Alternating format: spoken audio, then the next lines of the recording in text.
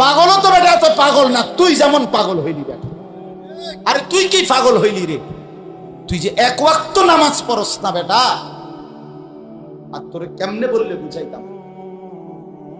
আর কি বললে তোমার লজ্জা হইতো? কি বললে তোমার শরম হয়? তুমি তো ওই পাবনার মেন্টাল হসপিটালের পাগলের চাইতেও নিকৃষ্ট পাগল।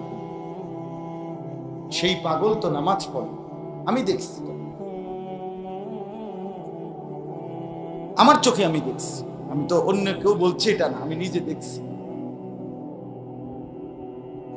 এই জন্য প্রিয় ভাই আমার, দয়া করে নাফরমানির এই জিন্দেগি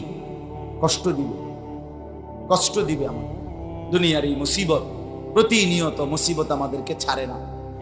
কখনো বৃষ্টি শুরু হইলে শুধু বৃষ্টি হয়, কখনো বন্যা, কখনো এবার সিলেটে আপনার একটি নির্দিষ্ট এলাকাতে এই পরিমাণ শিলাবৃষ্টি হয়েছে, একবার এত বড় বড় পাথরের গোলার মতো।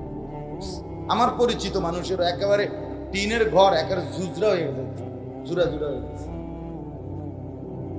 তাইলে আমি বললাম, কখনো বন্যা, কখনো ঘূর্ণিঝড়, কখনো জলোচ্ছ্বাস, কখনো প্রচন্ড গরম, কখনো অতিবৃষ্টি, কখনো করোনা, কখনো মহামারী, এই যে বহুমুখী আযাব, মুসিবত, পেরেশানি আমাদের মধ্যে আসে, আমাদের জনজীবনের স্বস্তি শান্তি উঠে যায়।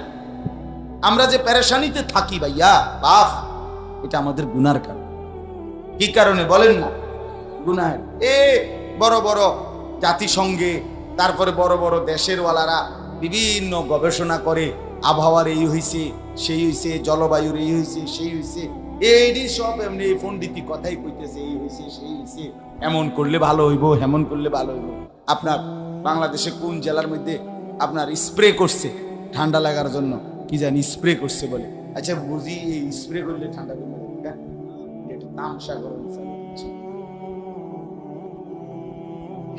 এটা খামখেয়ালি কথা। এটা সারা বাংলাদেশে আপনি ঠান্ডা পানি স্প্রে করে কতক্ষণ স্প্রে করবে বলে? এটা কতক্ষণ সম্ভব? আল্লাহ তাআলা যদি এই গরম না কমায়, আমাদের কোনো মাখলুকের পক্ষে সম্ভব ভাইয়া? আসলে সম্ভব না। এই জন্য আমি বললাম, আমার প্রথম কথা এটা, আমাদের এই কষ্ট কিন্তু সবাই পায়। আমাদের গুনাহ, আমার গুনাহের কারণে বনি আদম কষ্ট পায়, আল্লাহর সৃষ্টি বাকি জীব জন্তু প্রাণী কষ্ট পায়। আর যতজন কষ্ট পায় ততজন কিন্তু অভিশাপ দেয়,